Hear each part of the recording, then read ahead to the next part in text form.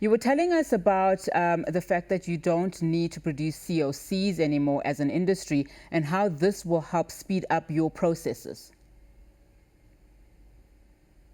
Yes, with the high rate of mortality, remember that we need every undertaker on the ground to be able to collect the body, where in the government hospital, in the forensic, or in the houses, or the private hospitals. So the COC for collecting the body is not necessarily something that must be that's prohibit the people to do that. Now, another thing of some of your complaints that you had with government, some of the things that you wanted government to relax, was the tender system and how that worked. You found it unfair. So, talk us a little bit about that. What has government come to conclusion in terms of that?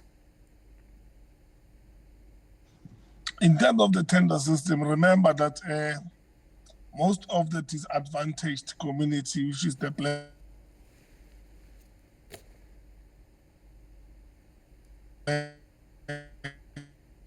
people. Hello? I can hear you. Hello? Yes. I'm saying the COC is for the undertakers that have the mortuaries. So now you get undertakers that are operating from the malls, which you cannot have a mortuary in a mall. So now, or the landlord does not want to require a mall. So most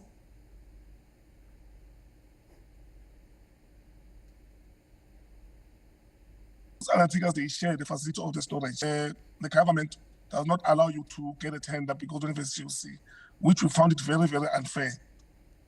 But now the race is equal to all undertakers to go and apply for a tender, irrespective of the COCs. Final question from me before I let you go. The second wave is currently amongst us now in South Africa, and we've reached the 1 million mark in terms of COVID-19 infections. How do you feel as an industry with this latest information? I mean, in terms of the safety protocols that you will be then meant to install within your systems? Yes, using the May, June, July as an indicator or a reference to mention. The SAFPA led undertakers are ready in terms of the storage facilities, capacity, and the safety measures, and we've drilled it on time to time. So the SAFPA led undertakers, they're busy, even renewing or also to redo the safety measures amongst ourselves in the same offices or in the offices that we operate in. And now that these numbers have increased, and we're obviously also seeing increases in fatalities, do you think that these systems that government has relaxed will help speed up the way in which you conduct your business? Yes, it will. It's just unfortunate that the part of most of the members of the industry, they are suffering cost-related issues because they don't mitigate break-even when they do these funerals. Even the what you call the legislation will want you to do certain things that normally you didn't do. Like, for instance, you must give the family that the pallbearers. We never hired the pallbearers. The pallbearers will come with the family, but now we need to come with the pallbearers as a funeral taker, and they must be fully on PPE. So, and those are one of the other things that I'm saying. And also, you must understand that we need to conduct the funeral within 48 hours. So the sectors that we operate in the value chain, like for instance, your home affairs, you will get, if one person is infected in the home affairs, the whole unit closes. And if the family does not have a test certificate, they cannot fundraise money so that they can pay the undertaker and pay. So now that preserve a bottleneck in our mortuaries because of other people are dying and they need to come to our mortuary.